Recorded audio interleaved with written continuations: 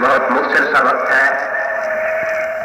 مجھ سے پہلے حضرت مولانا اللہ وسیع صاحب دامت برکاتہم قادیانی بہروپیے کا ذکر فرما رہے تھے.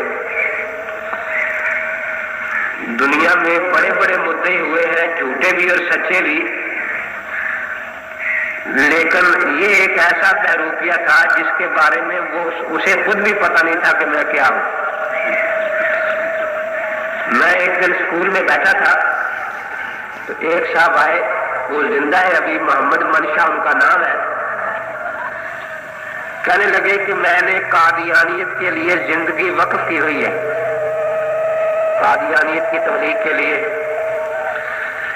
اور میں مدرسہ غزنویہ اہل حدیث امرتسر کا فارغ التحصیل آدمی عالم ہوں. اس کے بعد میں قادیانی ہو گیا.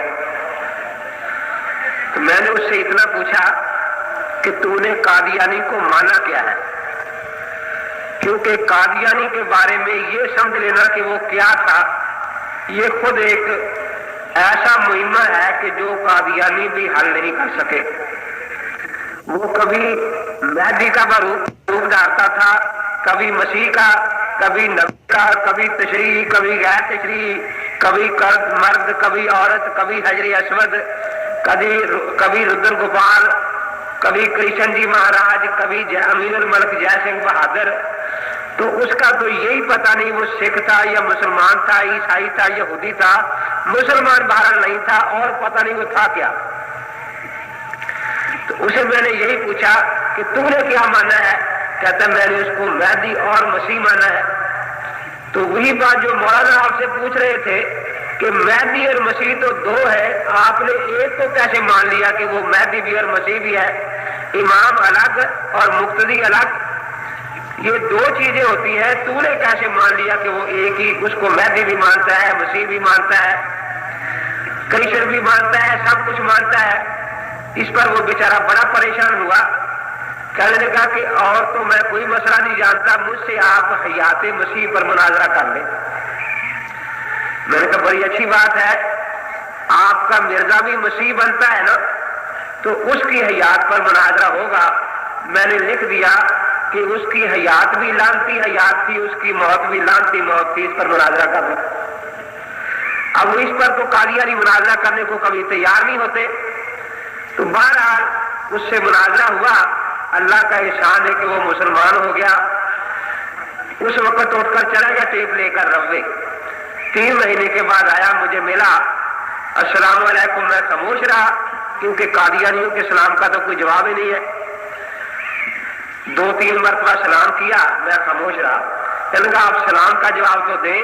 میں نے کہا تم جو بات کرنا چاہتے ہو کرو، کیا کہہ رہا ہے؟ کہنے لگا میں یہی بتانے آیا ہوں کہ میں مسلمان ہو گیا ہوں، قادیانیت سے توبہ کر لی ہے، اور اب میں نے ایک دکان ڈال لی ہے. 2 مہینے اس پر بیٹھا رہا ہوں. آج دل میں خیال آیا کہ جب میں کافر تھا قادیانی تو زندگی وقف کی تھی، اب کم سے کم چلا تو لگاؤں جا کے تبلیغی جماعت میں.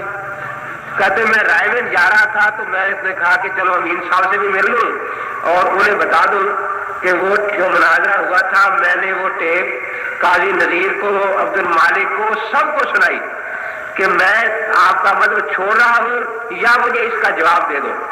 لیکن کسی نے اس کا کوئی جواب نہیں دیا. تو بہرحال یہ تو وہ بہروپ تھا جس کا ذکر مولانا فرما رہے تھے. اس وقت میرا جو موضوع تھا وہ یہ تھا اہل سنت والجماعت.